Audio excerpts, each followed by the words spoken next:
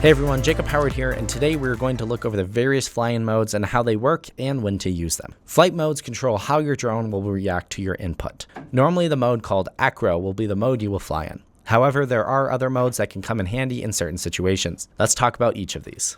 Acro mode. Acro mode is probably the most important mode to learn. In acro mode, there is no self-stabilization of your drone. You control what the angle your drone will be at with your stick inputs. There is no limit to how much you can pitch, roll, and yaw. If you hold the pitch roll stick in a direction, the drone will continue to pitch or roll in that direction, continuing to rotate the drone until you center the stick. This mode allows the most freedom, control, agility, and is the mode that we recommend flying. It is a mode that allows you to do all the amazing things that got you interested in FPV in the first place.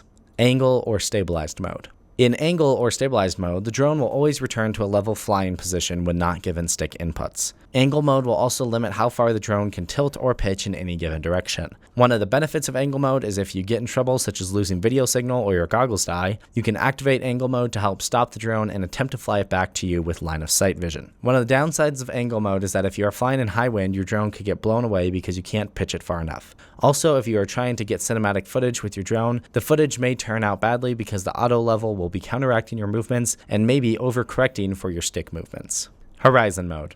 Horizon mode is much like angle mode, except it will allow you to do flips and rolls in the pitch and roll axis when you give max input to pitch or roll. But it will still return the drone to a level flight when not given stick input. This allows you to do cool tricks and flips while still having the drone auto level if you make a mistake. This can be a good way to practice tricks, but still, we recommend you use acro mode because if you get used to horizon, then try to learn it in acro, it is much easier for muscle memory to kick in and cause a crash. 3D mode. 3D mode is a special mode that will allow your drone to reverse the motor's direction of all the motors while in flight. This will let your drone fly, hover, and maneuver while upside down. This mode is for advanced pilots and will require a specialized drone setup and props, although it is fun to mess with it in the simulator. Turtle mode or crash flip. Turtle mode or crash flip is a special mode that you can use if your drone crashes upside down or is in a hard to reach place like up on a tree or a roof. It will temporarily reverse the motor direction and enable individual control of each motor. This will let the motor and prop give reverse thrust to help the drone flip right side up or shake loose from a tree branch.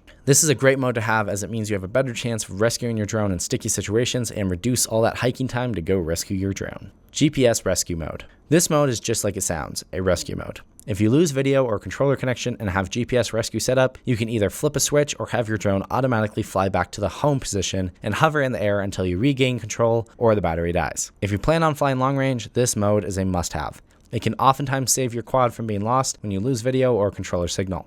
We will be going in-depth into setting up GPS and return to home settings in future videos.